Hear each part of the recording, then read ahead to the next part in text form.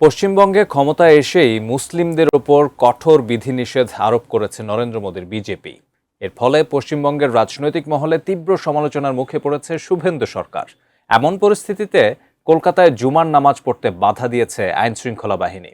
এতেই ওই অঞ্চলে মুসল্লির সাথে আইনশৃঙ্খলা বাহিনীর তীব্র উত্তেজনা ছড়িয়ে পড়ে। পরিস্থিতি নিয়ন্ত্রণে আনতে মোতায়েন করা হয় বিপুল সংখ্যক পুলিশ ও কেন্দ্রীয় বাহিনী। বিস্তারিত জানাচ্ছেন শেখ ফরিদ। ভারতের পশ্চিমবঙ্গের কলকাতায় জুমার নামাজ পড়াকে কেন্দ্র করে পুলিশের সঙ্গে একদল মুসল্লির বাকবিতণ্ডা ও উত্তেজনার ঘটনা ঘটেছে।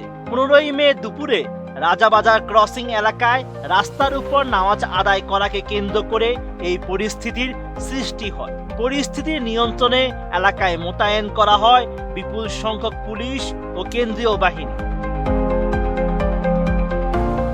কলকাতা পুলিশ জানায়, শুক্রবার জুমার নামাজের সময় রাজাবাজার ক্রসিংয়ে রাস্তার একাংশ জুড়ে নামাজ পড়তে শুরু করেন স্থানীয় কিছু মুসলিম যুবক। জনবহুল এই সড়কে নামাজ পড়ার কারণে যান চলাচল ব্যাহত হওয়ায় পুলিশ তাতে বাধা দেয়। এই সময় পুলিশের সঙ্গে ওই যুবকদের তীব্র বাকবিতণ্ডা শুরু হয়। এক পর্যায়ে ওই এলাকায় উত্তেজনা ছড়িয়ে পড়ে এবং বিশৃঙ্খল পরিস্থিতির সৃষ্টি হয়। নতুন বাংলাদেশ গড়তে এলো জুলফিকার স্টিল। জুলফিকার স্টিল। আন্দোলনরত যুবকদের দাবি, তারা পূর্বের মতোই রাস্তায় নামাজ আদায় করবেন এবং পুলিশের দেওয়া কোনো বাধা মানবেন না। তবে প্রশাসনিক সূত্রে জানা যায়, রাজ্যের সাম্প্রতিক রাজনৈতিক পট পরিবর্তন ও সরকার বদলের পর জনভোগান্তি রোধে নতুন কিছু বিধিনিষেধ জারি করা হয়েছে। অনেক বাসিন্দা এসব নিয়ম সম্পর্কে পুরোপুরি অবগত না থাকায় এই অনাকাঙ্ক্ষিত পরিস্থিতির সৃষ্টি হয়েছে বলে ধারণা করা হচ্ছে।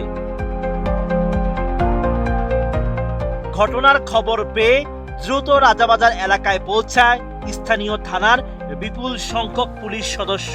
পরিস্থিতি জটিল আকার ধারণ করলে পুলিশের ঊর্ধ্বতন কর্মকর্তারা ঘটনাস্থলে উপস্থিত হন। অপ্রীতিকর ঘটনা এড়াতে এবং শান্তি শৃঙ্খলা রক্ষায় এলাকায় কেন্দ্রীয় বাহিনীর সদস্যদের মোতায়েন করা হয়। পুলিশের ঊর্ধ্বতন কর্মকর্তাদের হস্তক্ষেপে এবং দীর্ঘ আলোচনার পর পরিস্থিতি নিয়ন্ত্রণে আসে। তবে এই ঘটনাকে কেন্দ্র করে রাজাবাজার ও আশপাশের মুসলিম অধ্যুষিত এলাকায় বেশ কিছু সময় ধরে থমথমে অবস্থা ও চাঞ্চল্য বিরাজ করে। বর্তমানে ওই এলাকার পরিস্থিতি নিয়ন্ত্রণে রয়েছে বলে দাবি করেছে কলকাতা পুলিশ। তবে নতুন করে যেন কোনো বিশৃঙ্খলা না ঘটে সেজন্য রাজাবাজার ক্রসিং ও আশপাশের এলাকায় অতিরিক্ত নজরদারি এবং কঠোর পুলিশি পাহারা অব্যাহত রাখা হয়েছে। Sheikh Farid, ATN news.